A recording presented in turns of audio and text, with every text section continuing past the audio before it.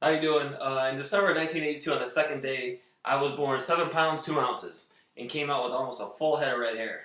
I was born Ryan Adam Raden and was conceived in Livonia at St. Mary's Hospital in Michigan. On December 30th, 1982, a total lunar eclipse happened. This was a supermoon and a blue moon as well.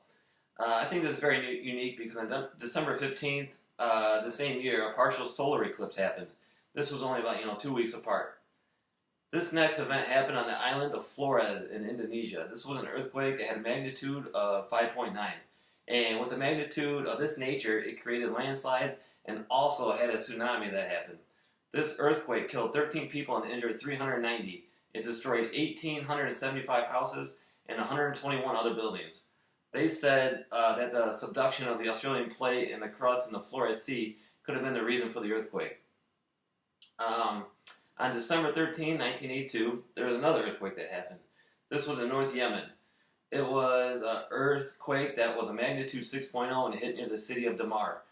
There were as many as 2,800 people killed and 1,500 injured. This left 700,000 homeless and about 300 of the villages destroyed.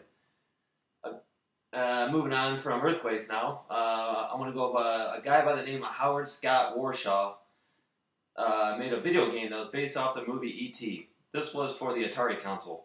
It was supposed to be one of the coolest games of the year for Atari, but after the release, it got horrible reviews, and they say the game was said to be the beginning of Atari's downfall, and said to be one of the biggest failures in video game history.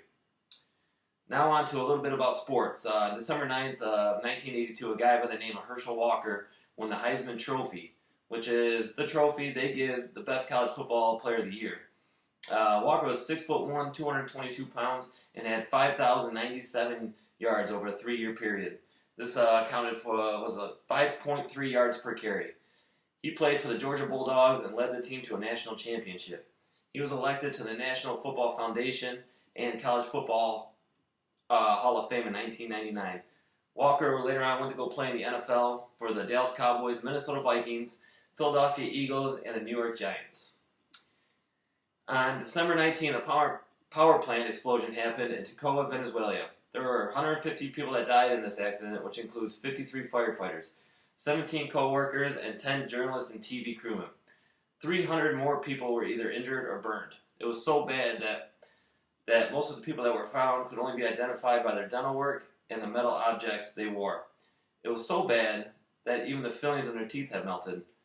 This all started off with the number 8 tank, which exploded and ignited.